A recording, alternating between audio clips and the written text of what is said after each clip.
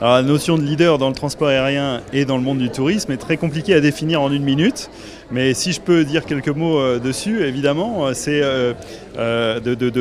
d'avoir beaucoup de créativité pour arriver à proposer aux personnes des choses qui leur semblent inaccessibles et les faire rêver, bien sûr, puisque c'est le monde du tourisme, d'ouvrir des portes et beaucoup de créativité pour ouvrir des destinations dans le monde entier. Et par exemple, c'est ce qu'on fait aujourd'hui au départ de Marseille avec notre compagnie aérienne Volotea. Justement, comment rester leader dans un domaine très concurrentiel? Alors je vais parler de la notion de leader d'une compagnie aérienne. Pour essayer d'être leader pour une compagnie aérienne, il faut encore une fois être très créatif. C'est ce qu'on a essayé de faire, nous, compagnie aérienne, par rapport aux autres acteurs, en proposant des destinations qui ne sont opérées par personne d'autre. Et c'est le cas sur les 19 destinations qu'on opère au départ de Marseille. Par exemple, la Grèce. La Grèce n'était opérée par personne d'autre avant. Volotea a ouvert la Grèce sur 4 destinations. Et donc vraiment, c'est de répondre à une demande qui n'était pas satisfaite. Ça, c'est aussi une notion de leader, de trouver les bons créneaux pour se développer. C'est aussi une question, j'imagine, de remise en question permanente.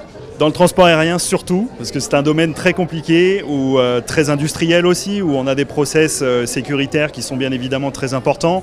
Et donc c'est une remise effectivement en question permanente sur beaucoup de sujets différents.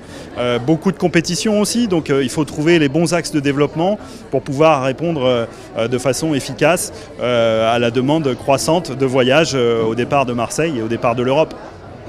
J'imagine aussi un management très particulier. C'est un management très particulier. Je crois que dans le transport aérien, on a la chance, et dans le tourisme par extension, on a la chance d'avoir des gens qui sont passionnés et on arrive à fédérer quand même assez efficacement la passion des gens autour de cette thématique du transport aérien, des avions, du tourisme et des destinations.